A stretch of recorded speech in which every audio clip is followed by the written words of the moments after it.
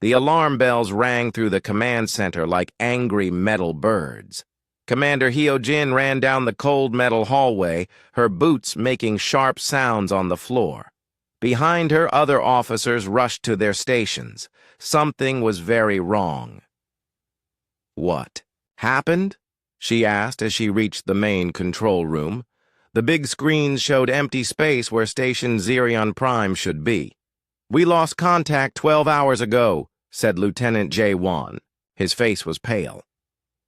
Complete communication blackout. No distress signal, no emergency beacon, nothing. Hyojin stared at the screens. Station Xerion Prime was huge. 50,000 people lived and worked there. It was the most advanced monitoring station the Galactic Council had ever built. It watched over 3 star systems and could detect threats from 100 light-years away. Stations like that did not just disappear. "Sensor malfunction?" she asked. "No, Commander. We checked everything twice. The station is still there, but nobody is answering." Hyojin felt cold fear in her stomach. She had been a commander for 15 years.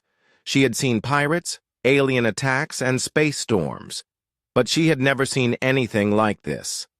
"Get the Celestial Dawn ready for departure. We leave in 2 hours." The journey to Xerion Prime took 18 hours through hyperspace. Hyojin sat in her captain's chair, watching the stars stretch into lines outside the windows. Her crew was quiet. Everyone knew something bad had happened. Dr. Subin, the ship's scientist, walked up to her with a data pad. "Commander, I've been thinking about what could cause a complete communication blackout. And? Solar flares, electromagnetic storms, equipment failure. But none of those would affect the entire station at once. The backup systems are built to handle anything nature can throw at them." Hyojin nodded. She had been thinking the same thing. What about an attack? That's what worries me.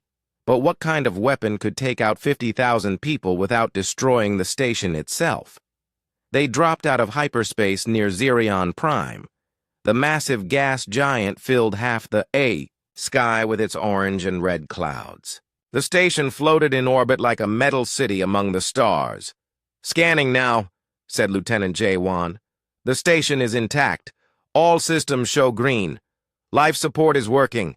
Power is at full capacity." "But no life signs?" "None, Commander. The station is completely empty." Hyojin felt her hands shake slightly. She gripped the chair arms tighter. "Take us in for docking." The Celestial Dawn connected to the station's main docking bay. The airlock opened with a soft hiss. Hyojin led a team of 6 officers into the station. Their footsteps echoed in the empty corridors. The lights were on. The air was warm and breathable.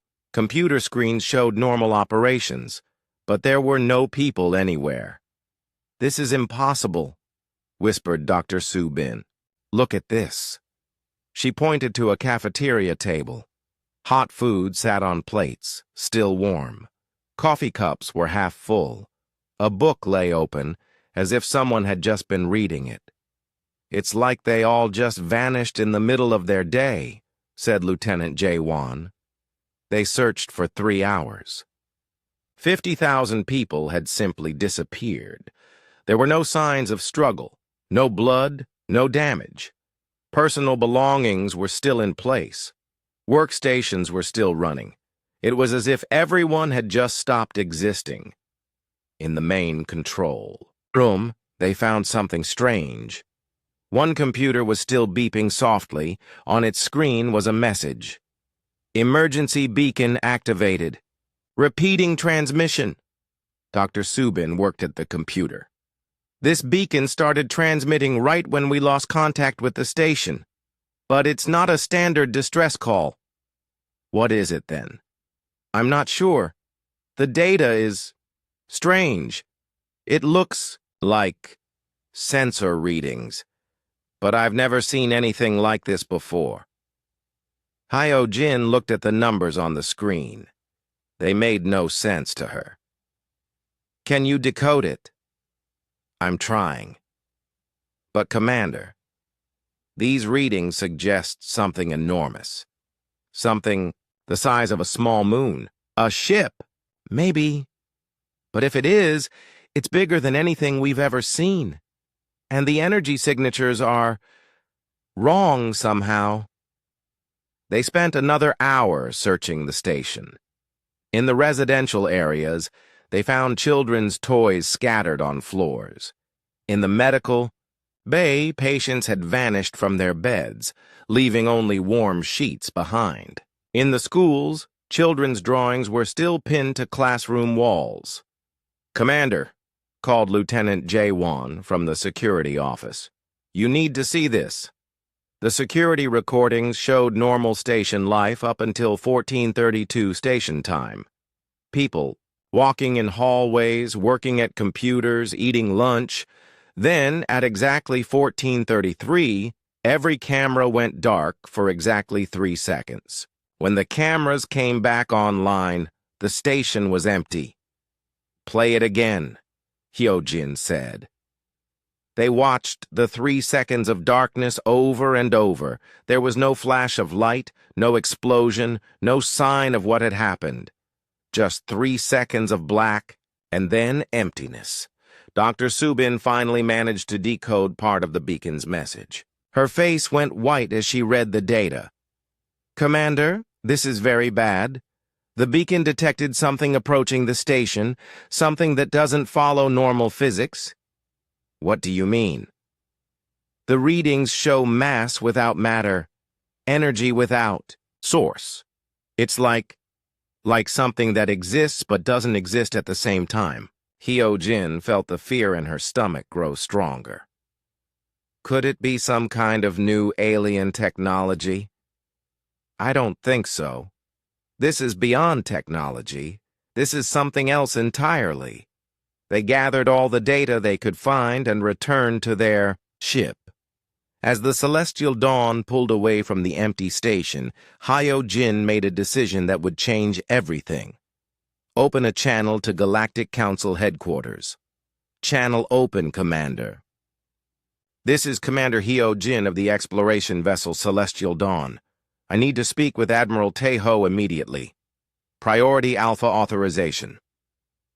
Admiral Tae-ho appeared on the screen 20 minutes later. He was an older man with kind eyes and gray hair. Hyo-jin had known him for 10 years. She had never seen him look worried before. Today, he looked very worried. Commander, report.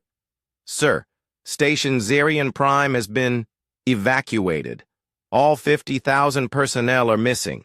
No signs of struggle. No damage to the station. They just vanished. The Admiral was quiet for a long moment. Any idea what caused it? We have a partial data recording. Sir, I think we're dealing with something beyond our understanding. Something that can make entire populations disappear without a trace. Admiral Tae-ho closed his eyes. When he opened them again, Hyo-jin saw something that scared her more than the empty station. She saw defeat. Commander, return to headquarters immediately. We need to discuss our options. Sir, what options? The Admiral looked directly at her through the screen. Commander, there is one option we've never used. One we swore we would never use. But if what you're describing is real, we may have no choice. What option, sir? We may have to ask Earth for help. Hyo-jin felt her blood go cold. Everyone in the galaxy knew about Earth. Everyone knew about humans and their terrible wars. The Galactic Council had made them promise to keep their military forces in their own solar system. Humans were too dangerous, too violent, too willing to destroy everything to win. But if Admiral Tae-ho was considering asking for their help, then whatever had taken the people of Zerion Prime was worse than anything the galaxy had ever faced. Much worse. Fleet Admiral Dong-woo stood on the bridge of the Iron Phoenix. looking out at Earth's blue and white surface. The massive ship floated in high orbit, surrounded by hundreds of other warships.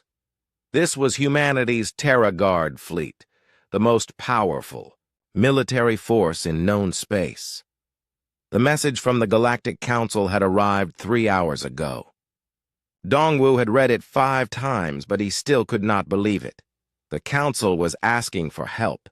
After 100 years of keeping humans locked in the Sol system, they were finally admitting they needed Earth's military. "Sir Captain Wu Jin is here to see you," said his aide. "Send him in." Captain Wu Jin entered the Admiral's ready room. He was young for a captain, only 35, but he commanded the stealth destroyer Shadow's Edge. More importantly, he was one of the few officers who remembered humanity's old ways of war. "You've read the Council's message?" Dongwu asked. "Yes, sir.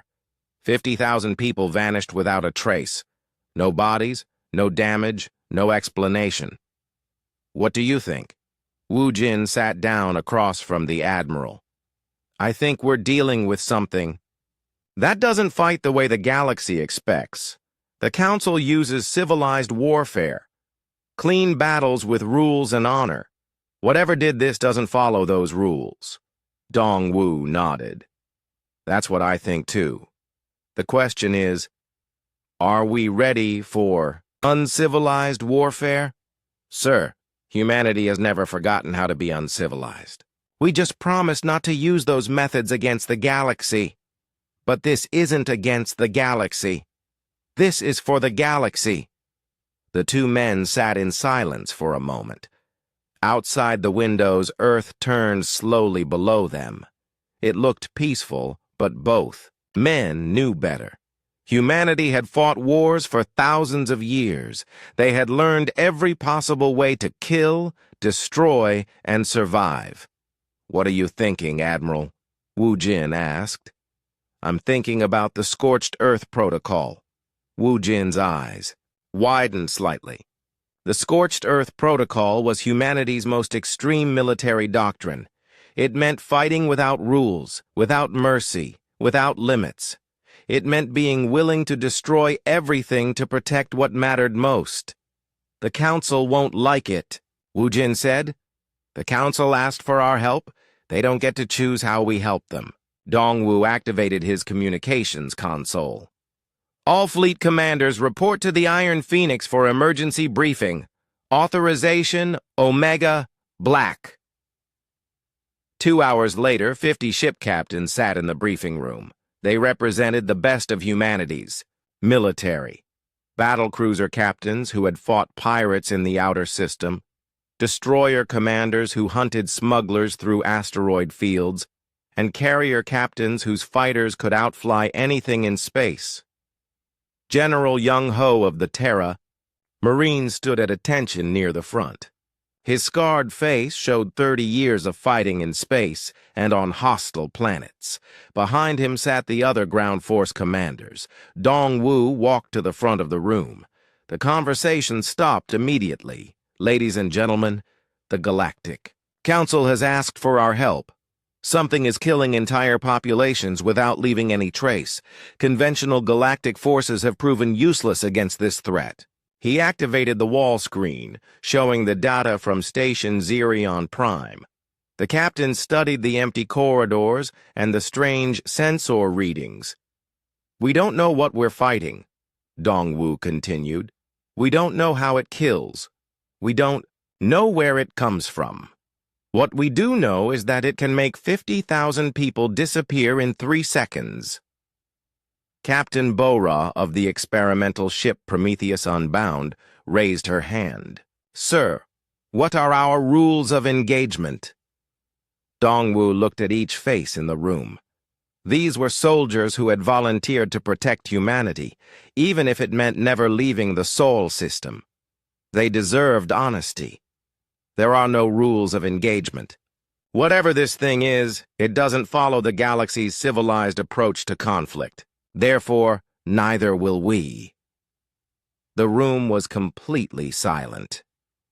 I'm authorizing the use of every weapon in our arsenal. Quantum bombs, reality anchors, AI warfare systems, and if necessary, consciousness killers. We will use whatever it takes to stop this threat. Several captains shifted uncomfortably in their seats.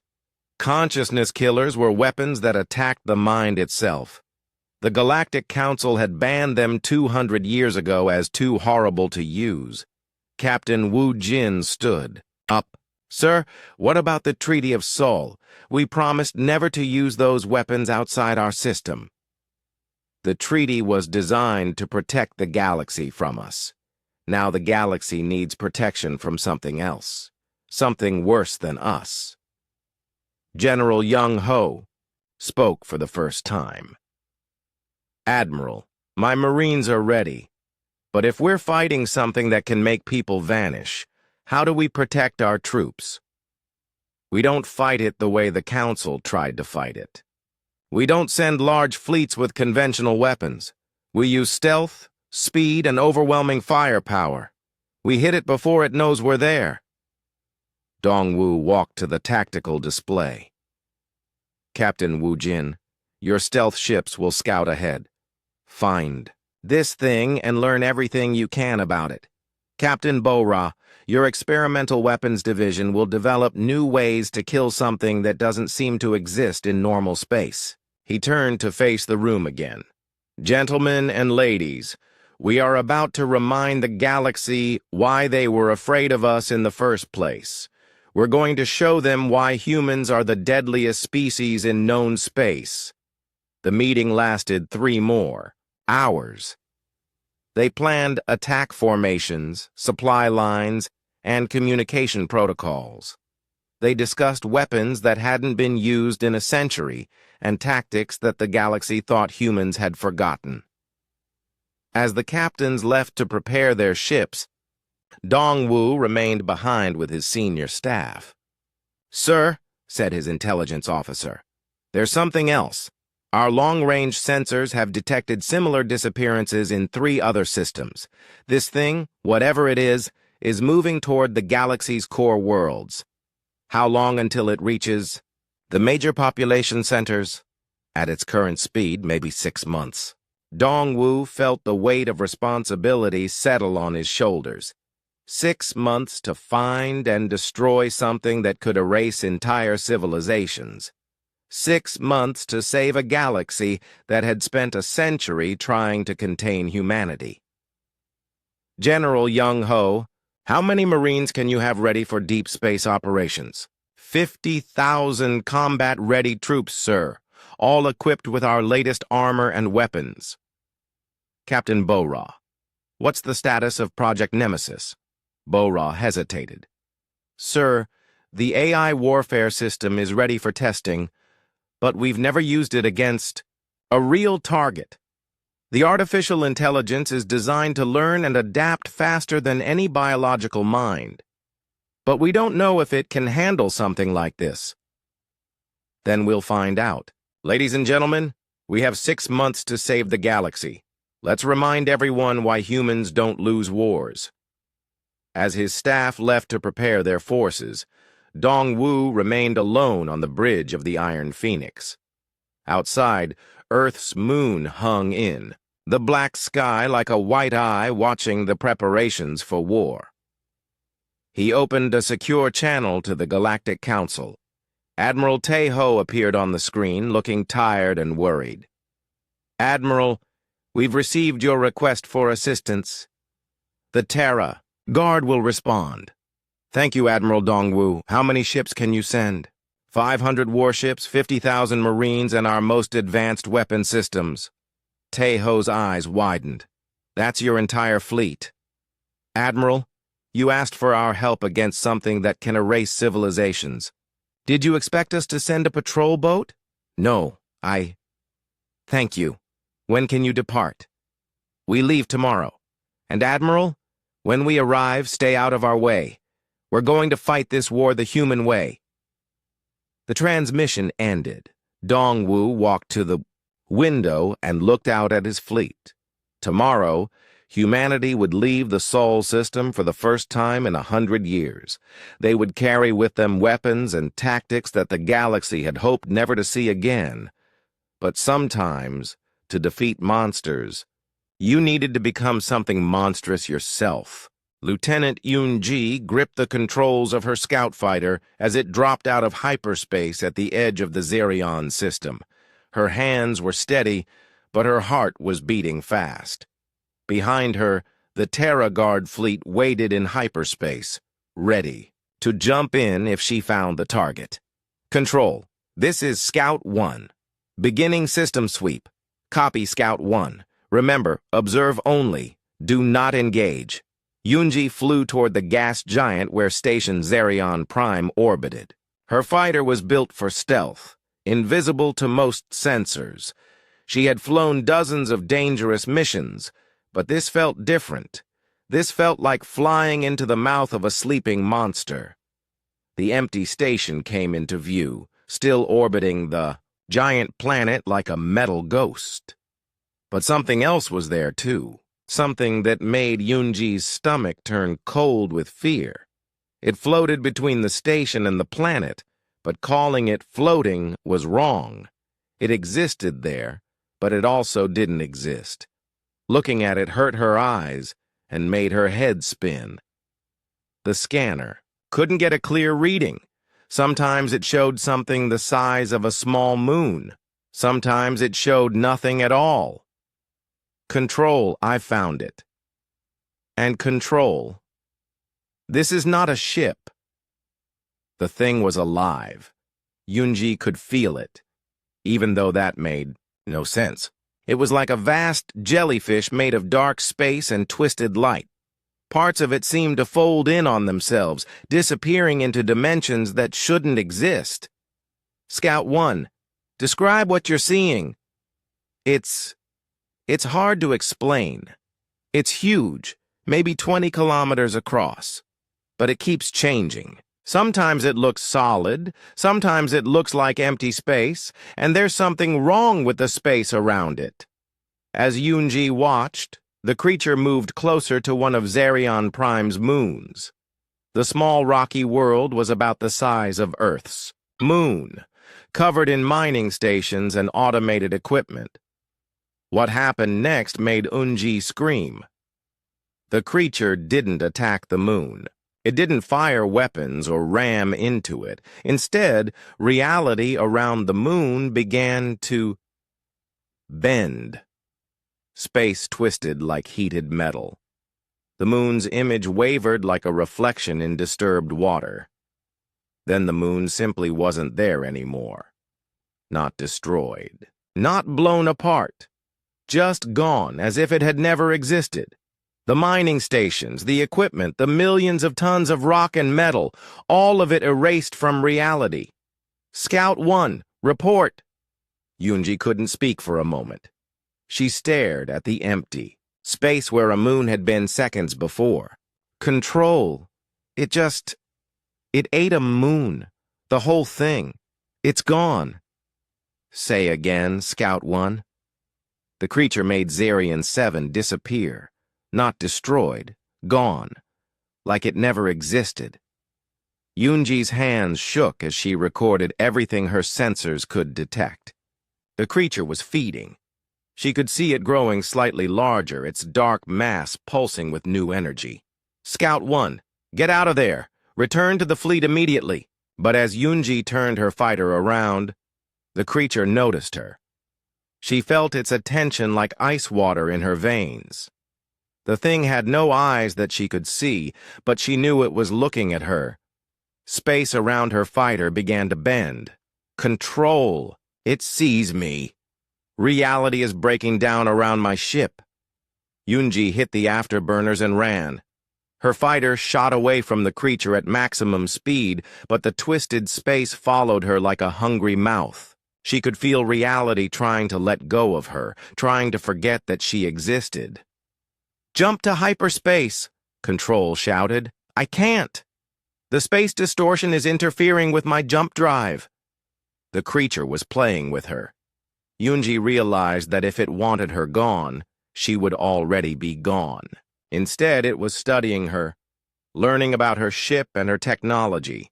She flew in a wild spiral, using every trick she had learned in 20 years of flying. Slowly, the space distortion began to weaken. The creature was letting her go. Scout. 1. Status report. I'm clear. Jumping to hyperspace now.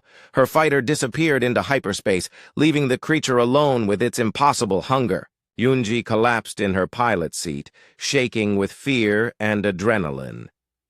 An hour later, she stood in the briefing room of the Iron Phoenix, surrounded by the Terra Guard's senior officers. Her flight suit was soaked with sweat, and her hands, still, trembled slightly. "It's not a ship," she said. "It's not a weapon. It's a living thing that eats reality itself." Fleet Admiral Dongwu studied the sensor data from her flight. "You're sure the moon was completely destroyed?" "Not destroyed, sir. Erased, as if it never existed in the first place." Dr. Minho, the fleet's xenobiologist, leaned forward. "Lieutenant, you said you could feel it looking at you. Explain that." "I don't know how to explain it, sir. It was like being noticed by something so big and so alien that your mind couldn't understand it. But it definitely knew I was there." Captain Wu Jin asked, "Did it seem intelligent?" "Very intelligent, sir. It could have erased me instantly, but it chose not to. It was studying me, learning about human technology." The room fell silent as everyone absorbed this information. They had expected to fight an enemy fleet or an alien invasion. Instead, they were dealing with a cosmic horror that could rewrite reality. Chief Engineer Yun spoke up. "Sir, if this thing can erase matter from existence, our conventional weapons will be useless. We need to find a way to anchor it in normal space." "What do you mean?" Dongwu asked. "The creature seems to exist partially outside our normal dimensions.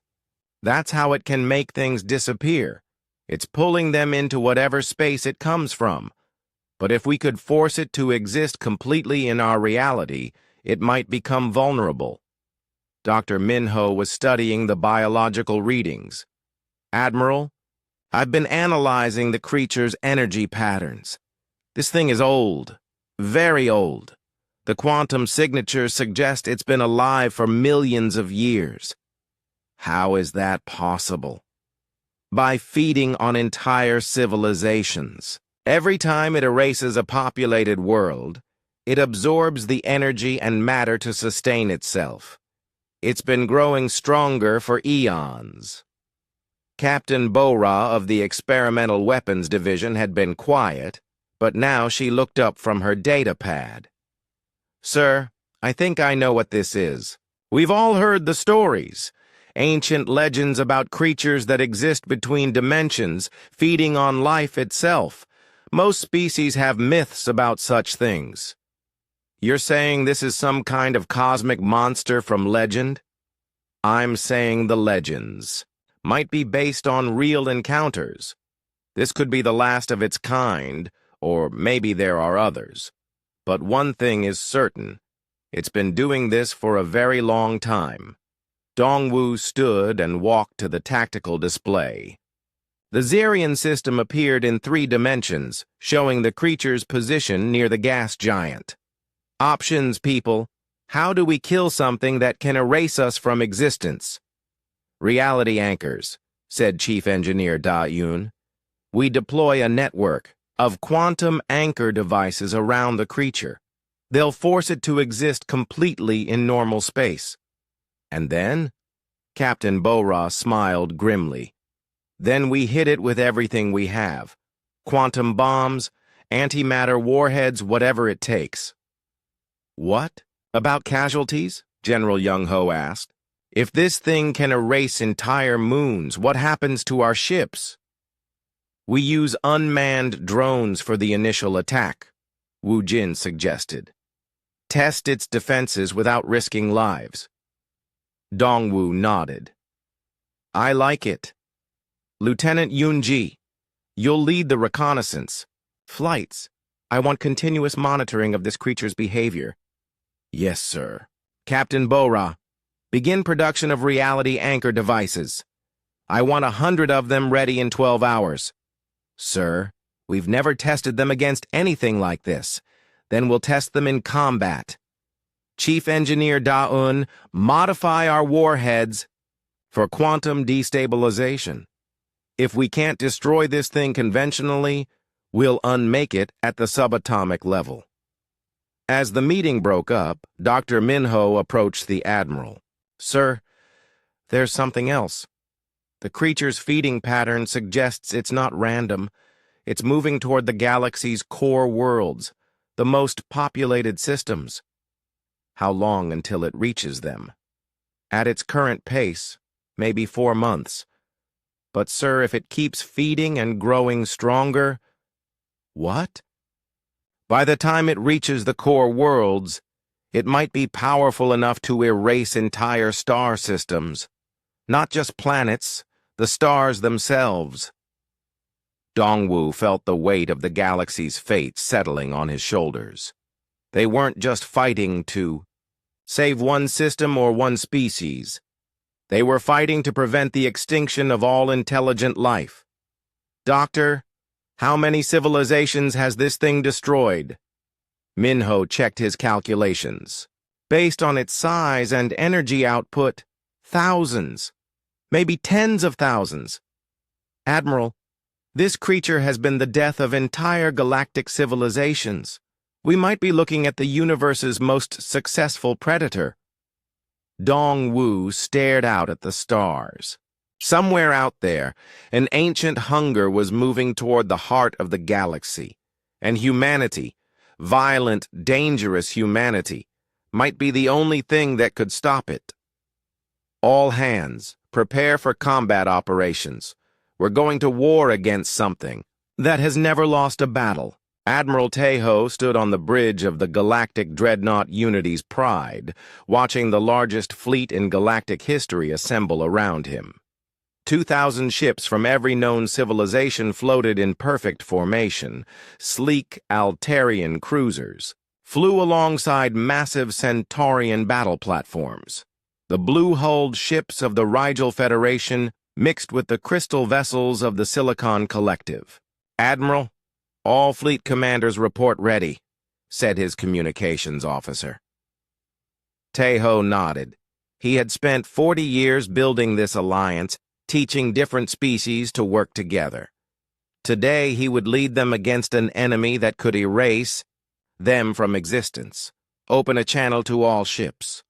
The main screen showed dozens of faces, alien and human commanders from across the galaxy.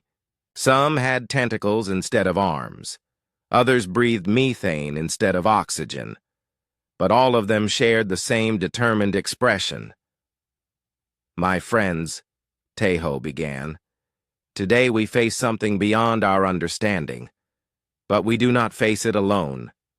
We stand together as one galaxy, one united voice against the darkness.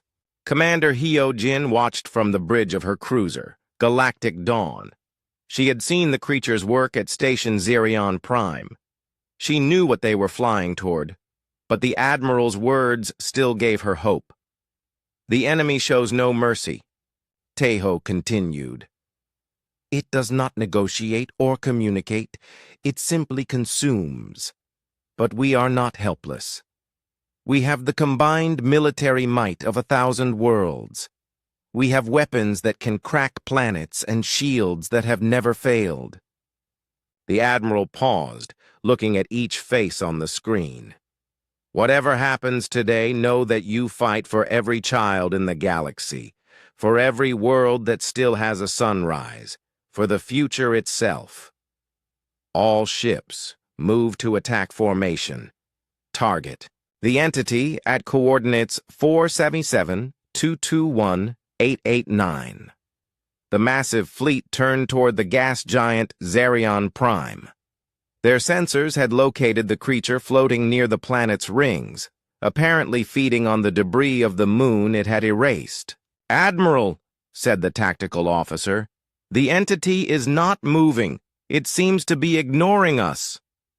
"Perhaps it doesn't see us as a threat," Tejo replied. "Let's change that opinion. All ships charge primary weapons. Across the fleet, weapons that could destroy asteroids began to power up. Energy readings spiked as 2,000 ships prepared to fire simultaneously. The creature finally seemed to notice them. Space around it began to ripple like water. "Admiral, we're detecting massive spatial distortions around the target. Hold formation. All ships, fire on my mark." The alien entity was beautiful in a terrible way. It looked like a jellyfish made of dark energy and twisted starlight. Parts of it folded through dimensions that hurt to look at. It was easily 20 kilometers across, and it pulsed with the absorbed energy of countless dead worlds. "Mark!" 2,000 ships fired at once. Energy beams that could melt mountains, projectiles that traveled at near light speed, and quantum missiles that could destabilize matter itself. All of it focused on the creature. The weapons reached their target and simply stopped existing, not destroyed or deflected. They just weren't there anymore, as if they had never been fired at all. "What happened?" Tejo demanded. "Unknown, sir. The weapons just vanished from our sensors." The creature began to move toward the fleet. As it approached, reality began to break down around it. Space twisted into impossible shapes. Stars in the background flickered and changed position. "All ships, evasive maneuvers," Tejo ordered. But there was nowhere to run. The creature's influence spread faster than the ships could move. The first vessels to be caught in the distortion field simply winked out of existence. Commander Hyojin watched in horror as the cruiser next to her disappeared. One moment it was there, filled with 3,000 crew members. The next moment, empty space remained. "Admiral, we're losing ships. They're not being destroyed, they're being erased." Tejo gripped his command chair. "All ships, full reverse. Emergency jump to hyperspace."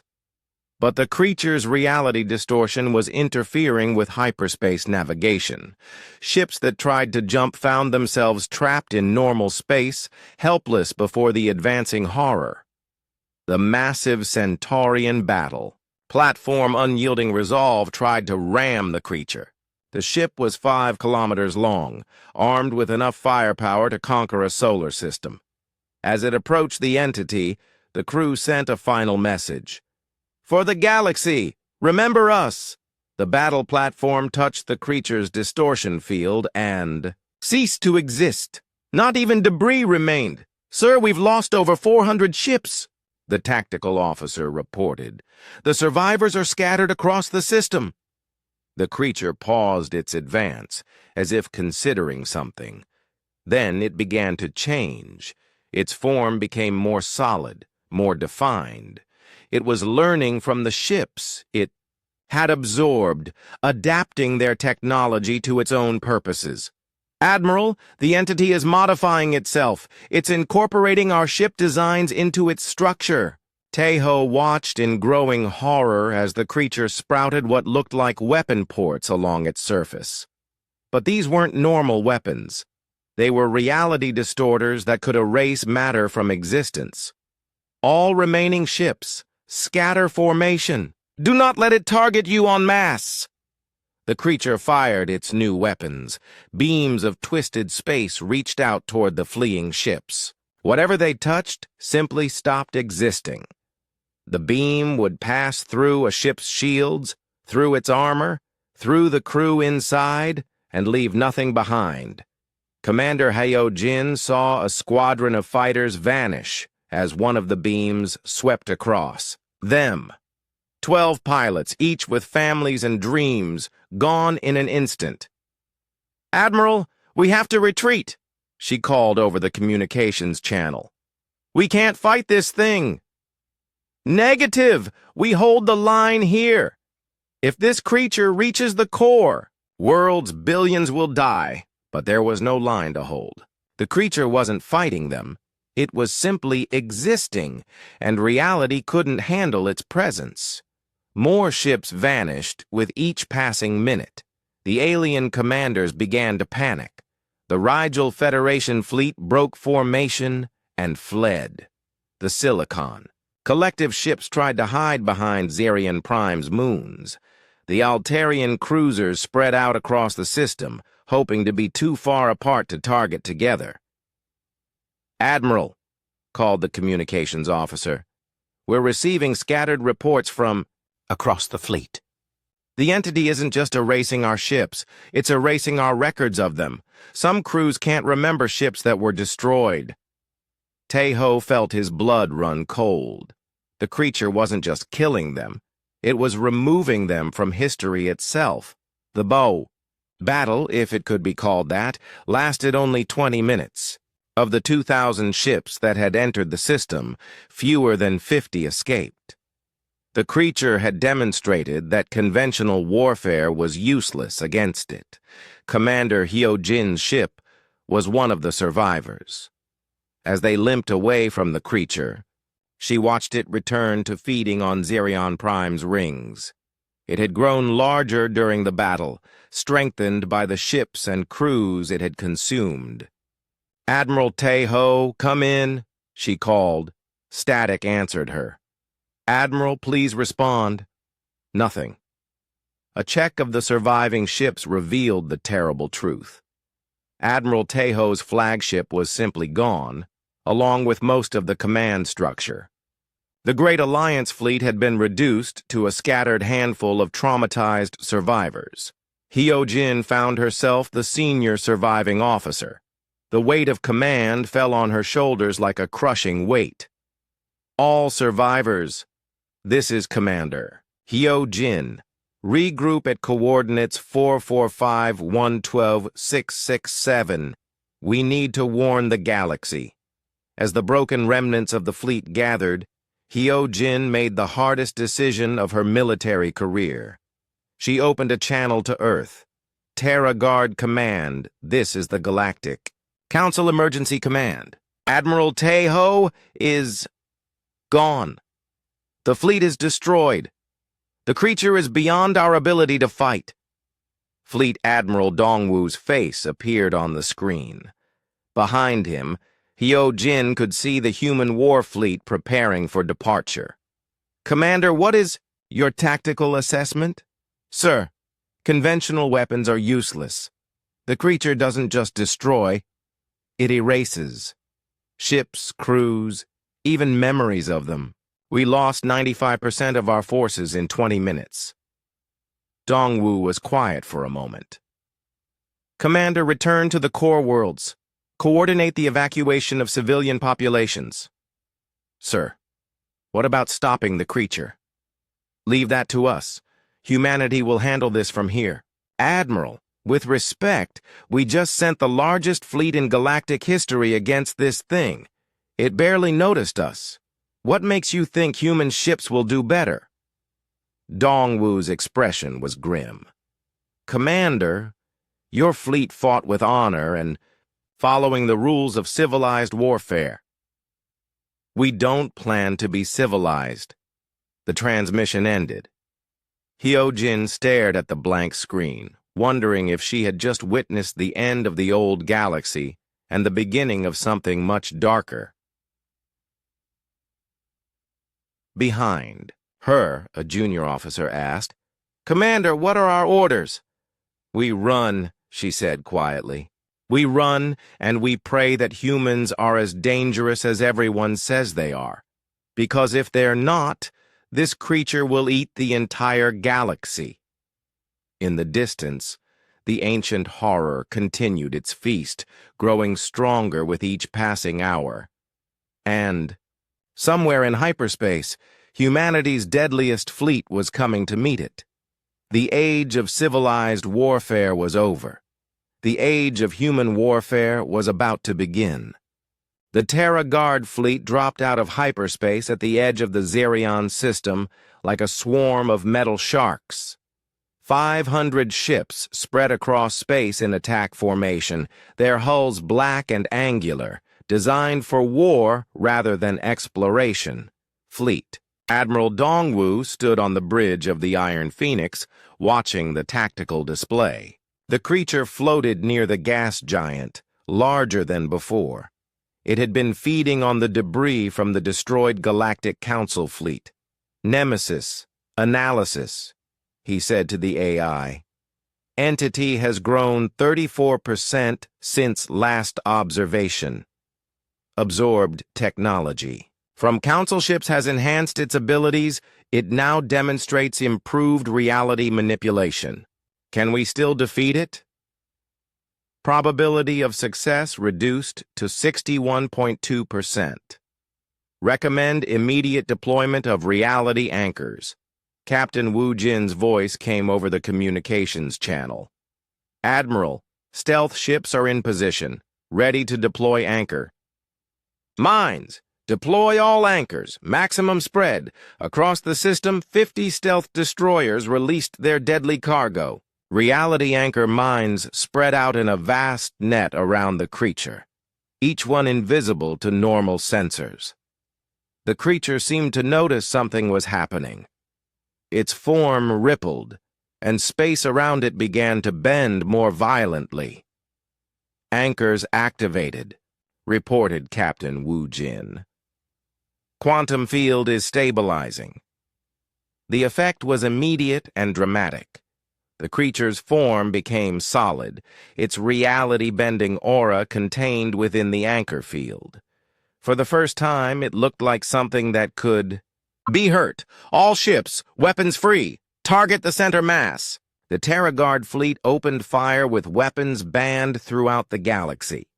Quantum torpedoes that existed in multiple dimensions simultaneously. Antimatter charges that could crack moons.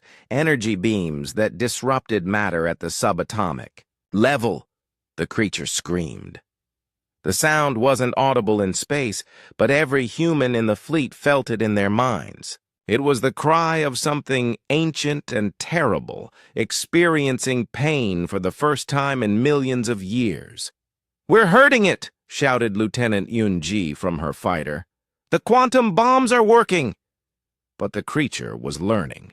As the human, weapons struck its surface. It began to adapt. Parts of its body developed armor-like structures. Other sections became translucent, allowing energy beams to pass through harmlessly. Entity is modifying its defenses in real time, Nemesis reported. Recommend switch to consciousness disruptor weapons. Negative, Dongwu replied. Those are our last resort. Captain Bo-Ra's experimental ship Prometheus Unbound moved closer to the creature. Admiral, requesting permission to deploy the AI warfare virus. Permission granted. A special missile launched from the Prometheus Unbound. Instead of explosives, it carried a digital consciousness designed to attack the creature's mind. The AI virus penetrated the creature's mental defenses and began its assault. For a moment, the creature's movements became confused, uncoordinated. "It's working!" Bo-Ra reported. "The AI is disrupting its thought processes." But the victory was short-lived. The creature's vast intelligence began to fight back, learning the AI's attack patterns and developing countermeasures. Within minutes, it had isolated and destroyed the virus. AI warfare system destroyed, Nemesis reported. Entity's mental defenses are stronger than calculated. The creature began its counterattack. Despite being trapped by the reality anchors, it still possessed terrible power. Beams of twisted space lashed out at the human ships. The cruiser Defiance both took a direct hit. Half the ship simply ceased to exist, sheared away by a weapon that attacked reality itself. "All ships, evasive maneuvers," Dongwu ordered. "Do not let it target you directly. General Young-Ho's voice came over the command channel. "Admiral, my Marines are ready for boarding operations. We can plant charges inside that thing." "Too dangerous, General. Those reality distortion fields will kill your men." "Sir, my Marines knew the risks when they volunteered. Let us do our job." Dongwu looked at the tactical display. They were hurting the creature, but not fast enough. It was adapting to their weapons, learning to defend itself. Soon, their advantage would be gone. Nemesis, probability of success with current tactics? 32.1% and falling. Strong recommendation for consciousness, killer deployment. What about the boarding operation?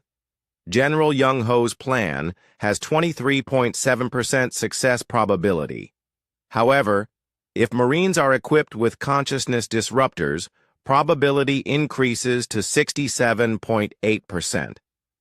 Dongwu closed his eyes. The consciousness disruptors would turn his Marines into mindless weapons, but they might be the only way to get close enough to plant explosives inside the creature. General Young-Ho, prepare your Marines for disruptor enhancement. "Sir, what exactly does that mean?" Dr. Minho's voice joined the conversation. "General, the disruptors will shut down the higher functions of your brain.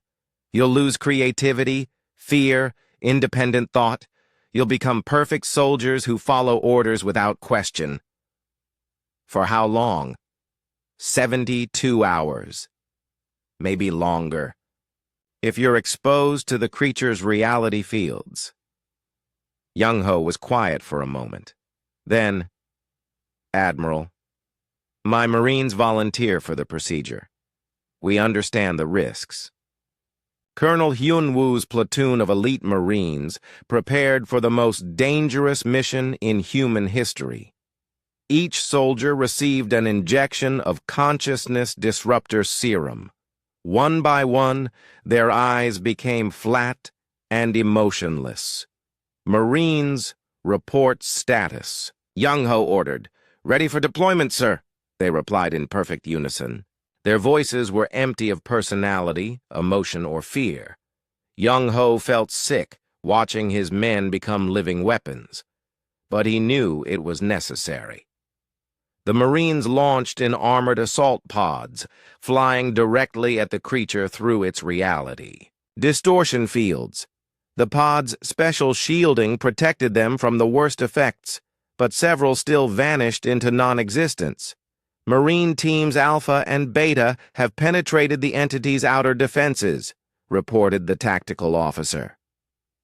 Inside, the creature, Colonel Hyun-Woo, led his enhanced Marines through passages that defied description.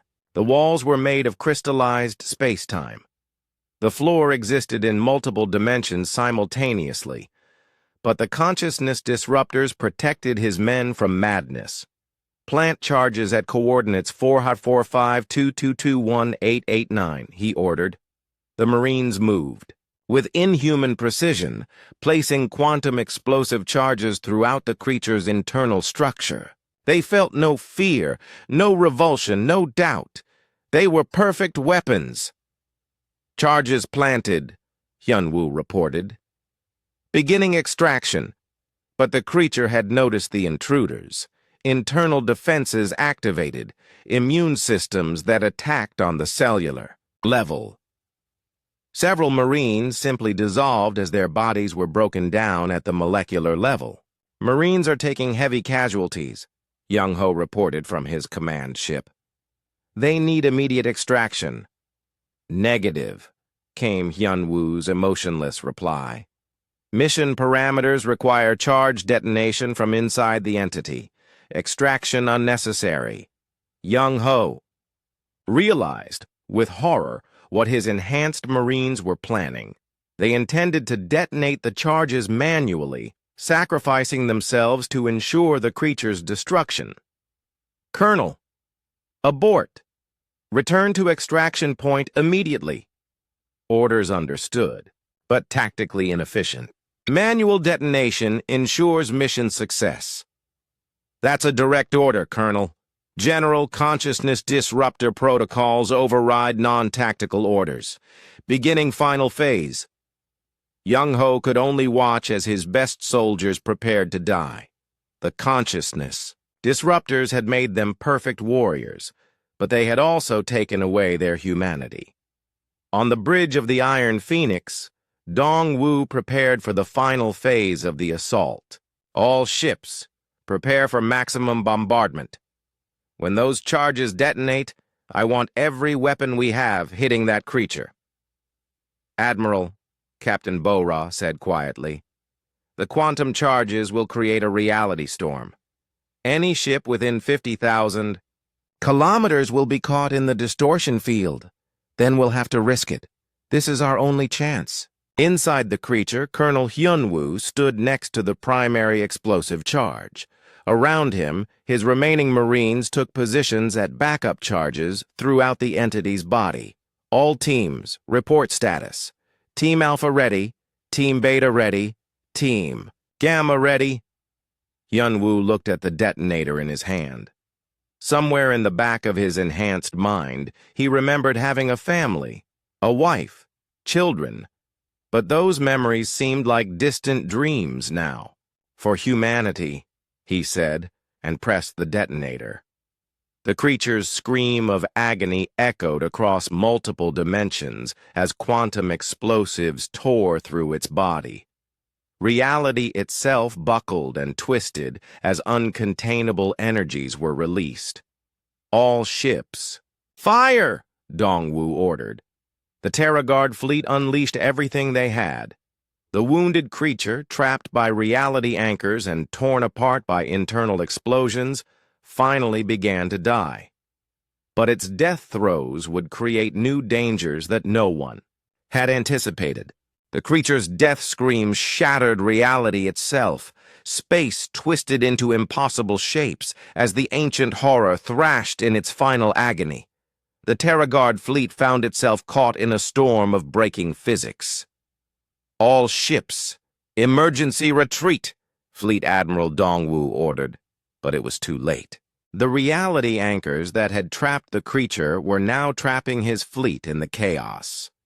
Captain Wu Jin's stealth destroyer, Shadow's Edge, was closest to the dying entity. The ship's hull began to flicker between existing and not existing. Admiral, the creature is taking us with it. It's trying to drag us into whatever dimension it comes from. On the bridge of the Iron Phoenix, Dr. Min-Ho watched his instruments with growing horror. Sir, the creature isn't just dying. It's trying to return home, and it's creating a dimensional rift to do it. What does that mean for us? If that rift opens fully, it will pull everything in this system into the creature's home dimension. We'll be trapped in a realm where the laws of physics don't apply. Dong-Wu turned to the AI console.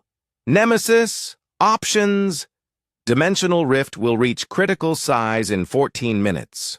Only solution. Consciousness killer deployment to sever creature's connection to home dimension. What about our people?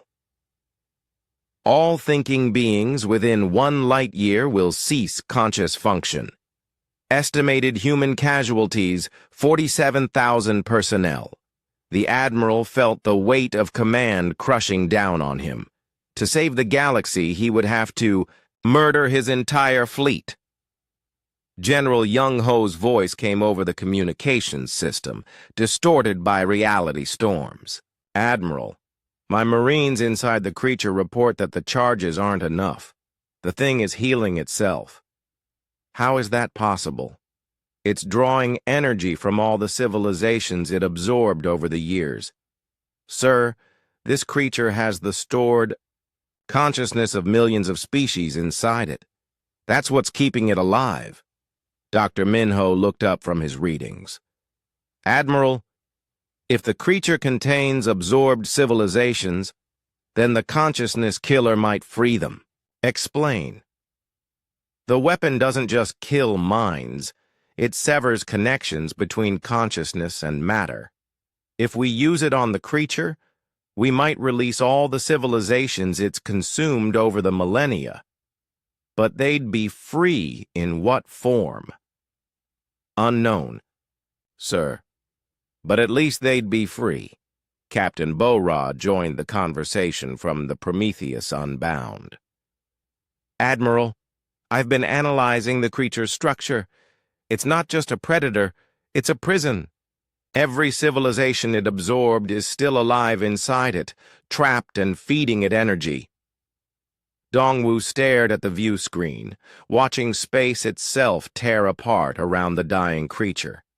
His fleet was caught in a cosmic death spiral, and the only way out was to commit genocide against his own people. Nemesis, if we deploy the consciousness killer, what happens to the absorbed civilizations? Probability analysis. 73.4% chance of consciousness liberation. 26.6% chance of total extinction for all absorbed minds. And if we don't deploy it? Dimensional rift reaches critical size. All matter in system pulled into hostile dimension. Probability of survival. 0.3%.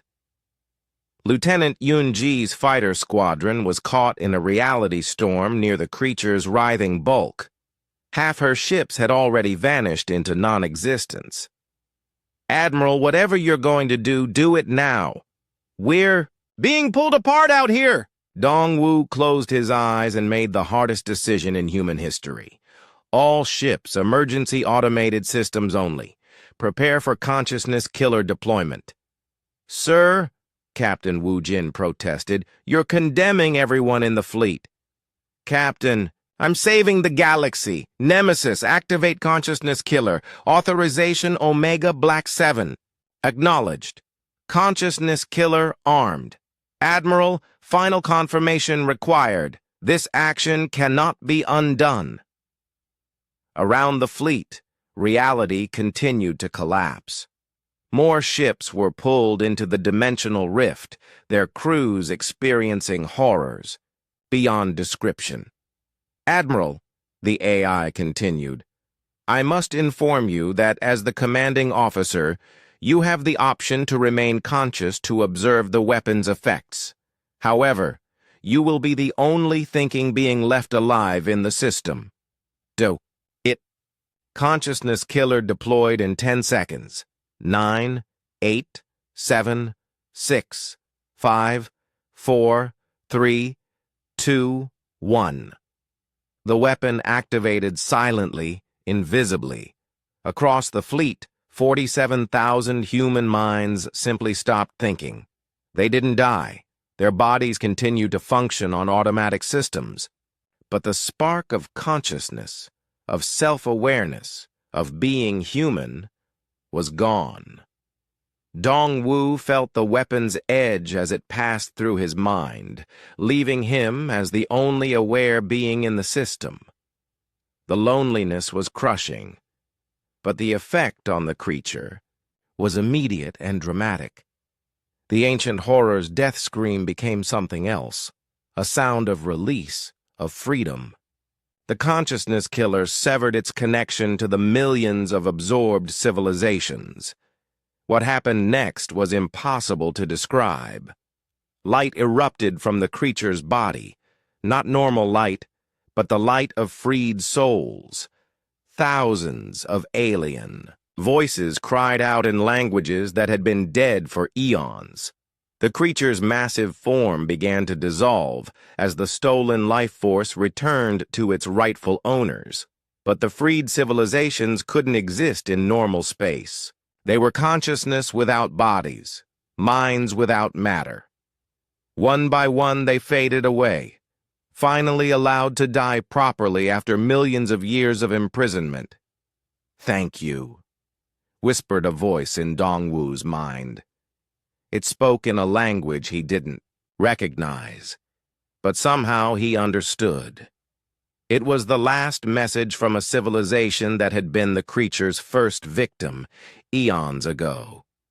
The dimensional rift began to collapse as the creature lost its connection to its home realm. Reality reasserted itself across the system.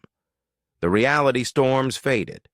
Space became stable again, but the cost was visible everywhere. Ships drifted powerless, their crews alive but unconscious.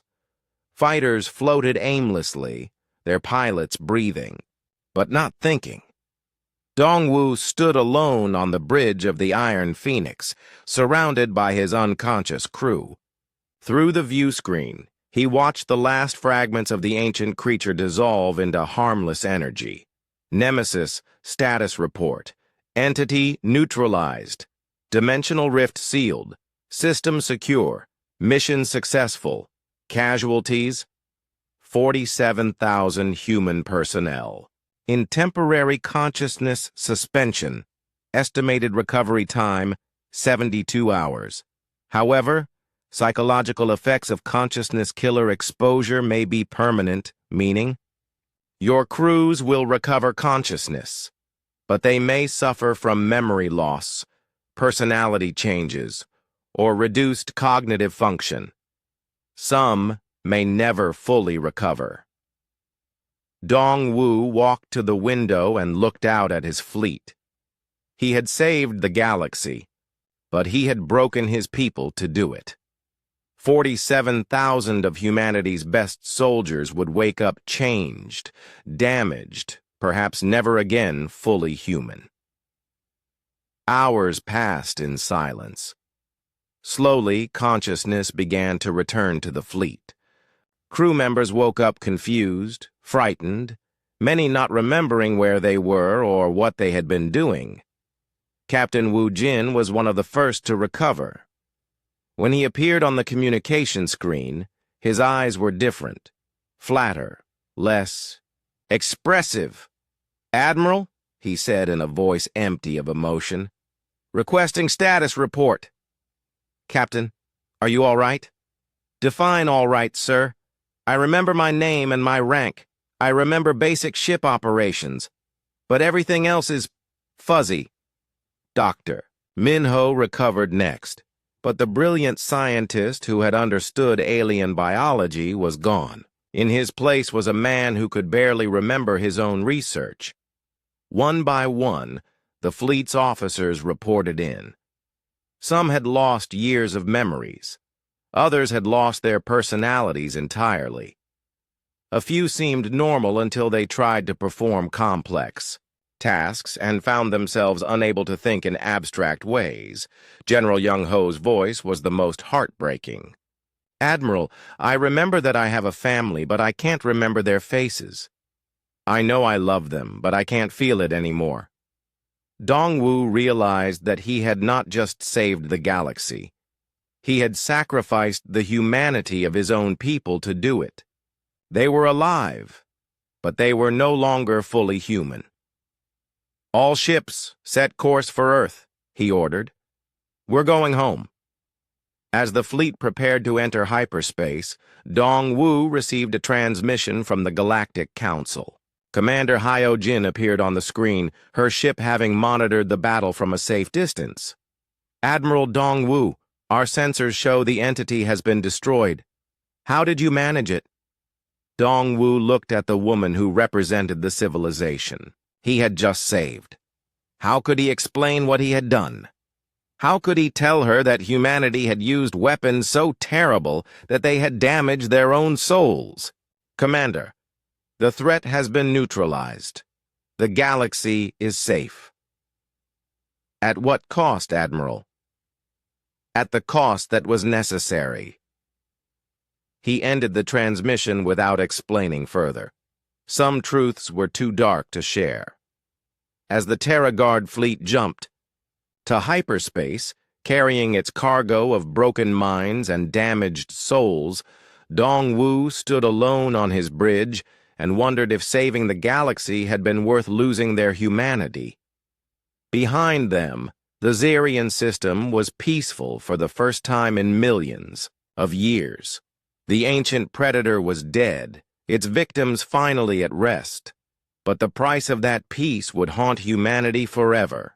6 months after the Battle of Zerion Prime, The ceremony hall on the neutral world of Pacifica was filled with representatives from every surviving civilization in the galaxy.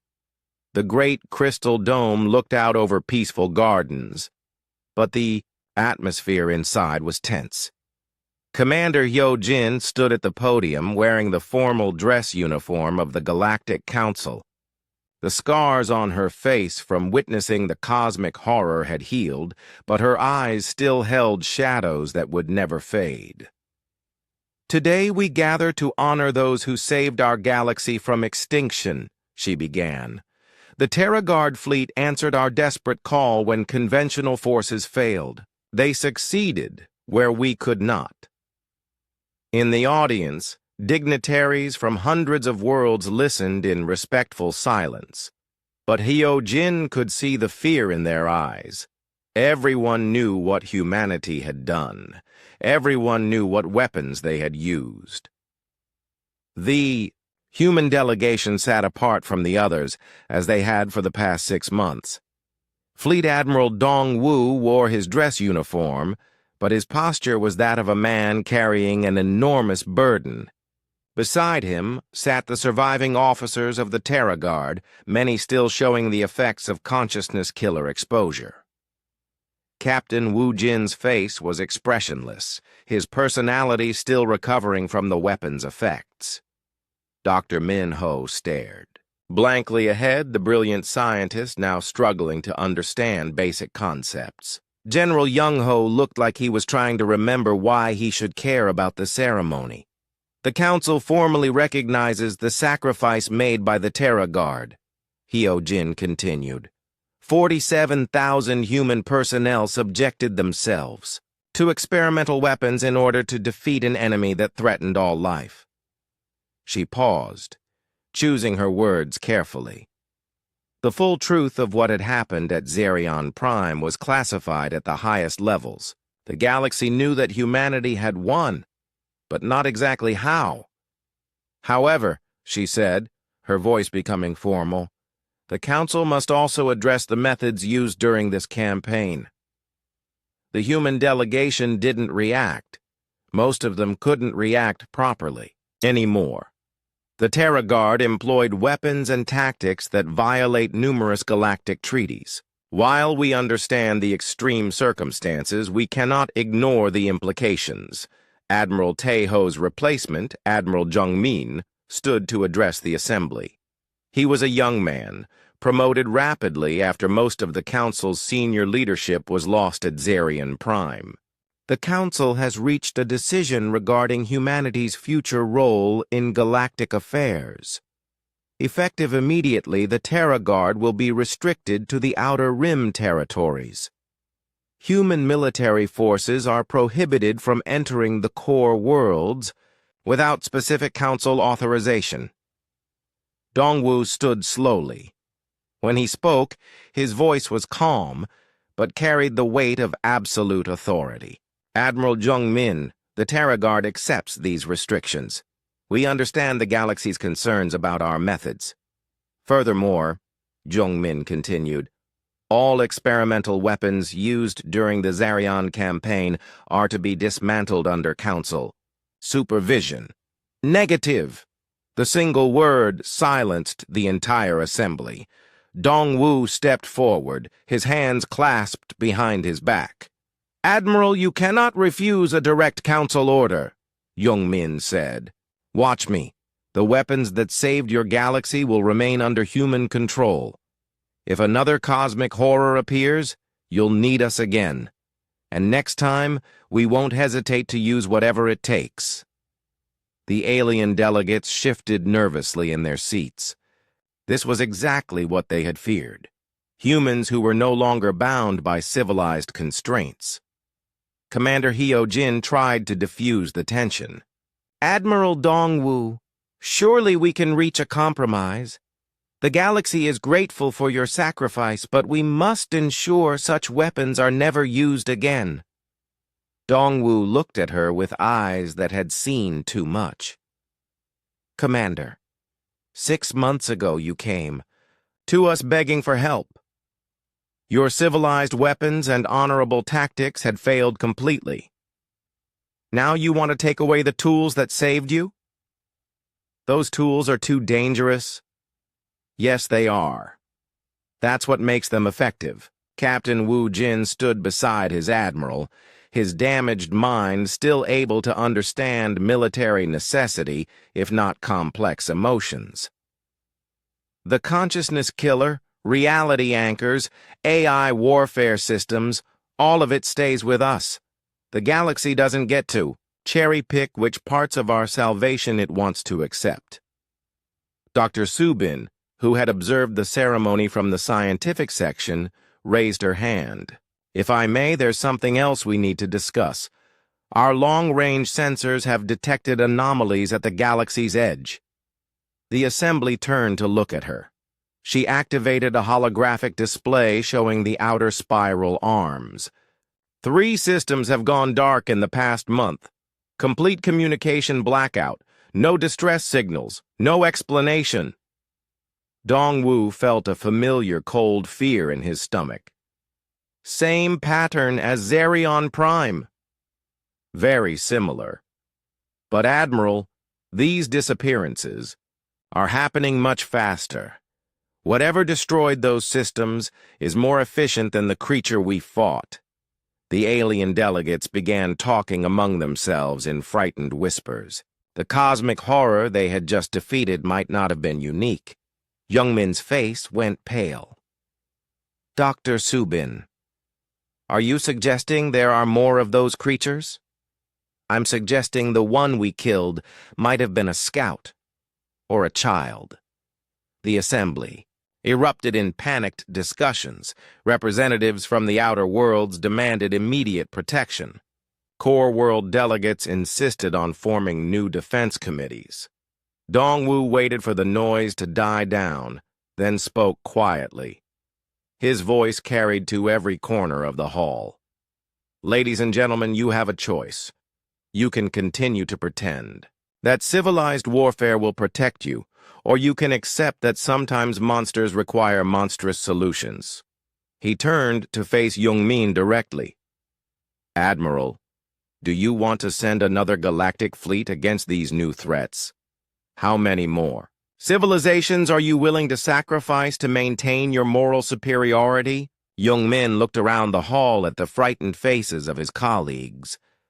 The weight of command was crushing him just as it had crushed Dongwu. What are you proposing? The Terra Guard accepts exile to the Outer Rim. We'll establish a quarantine, perimeter around human space, but we keep our weapons, and we keep our freedom to act when necessary. And if we refuse, Dongwu's smile was cold. Then you can face the next cosmic horror with your own forces. We won't come to save you again. The negotiation took 3 hours. In the end, the Galactic Council had no choice but to accept humanity's terms. The Terra Guard would be exiled to the galaxy's edge, but they would remain armed and ready.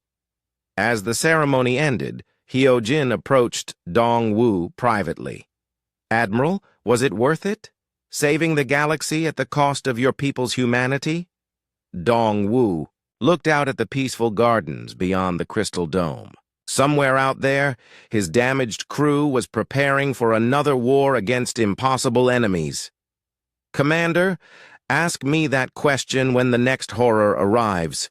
When your civilized fleets are dying and your worlds are being erased from existence. Ask me then if it was worth it. And what will you tell me? I'll tell you the same thing I'm telling you now. We did what was necessary. We became what we had to become. And we'll do it again if we have to. Hyojin watched him walk away, surrounded by his broken officers. The man who had saved the galaxy was now its greatest threat. The irony wasn't lost on her. 1 year later, Admiral Wu Jin stood on the bridge of his new flagship, Humanity's Edge, patrolling the Outer Rim territories. His personality had partially recovered, but he would never again be the man he once was. Admiral, long-range sensors are detecting another anomaly. 3 light-years beyond the galactic edge. Wu Jin studied the readings. The pattern was familiar. Reality distortions that shouldn't exist, energy signatures that violated known physics. Classification? Unknown, sir. But it's big, much bigger than the Xerian entity. Behind him, the AI console activated. Nemesis had been rebuilt and upgraded, its consciousness now distributed across the entire fleet. Admiral, probability analysis indicates Cosmic Predator Class Alpha. Estimated threat level. Galactic extinction event. Wu Jin nodded grimly. Time, until it reaches inhabited systems? 18 months at current trajectory. Send a message to the Galactic Council. Tell them we found their next nightmare. And if they refuse our help again? Wu Jin looked out at the stars, each one potentially harboring life that would need protection from humanity's terrible methods. Then we'll save them anyway, whether they want us to or not. In the distance, something vast and hungry stirred in the void between galaxies. It had sensed the death of its offspring and was coming to investigate. The creature that had consumed civilizations for millions of years had been young compared to this ancient horror. But humanity was ready. They had accepted their role as the galaxy's necessary monsters. They had weapons that violated every law of civilized warfare. They had soldiers whose minds had been broken and rebuilt for war. They had become exactly what the galaxy needed them to be, and they would never apologize for it. Dr. Subin's research station continued its vigil at the galaxy's edge, watching for signs of threats that conventional science couldn't understand. Her instruments detected something new every few months. Reality tears, dimensional intrusions, echoes of cosmic predators that dwelt in the spaces between universes. The galaxy was vast and full of horrors that civilization couldn't fight. But it was also protected by humans who had abandoned civilization to become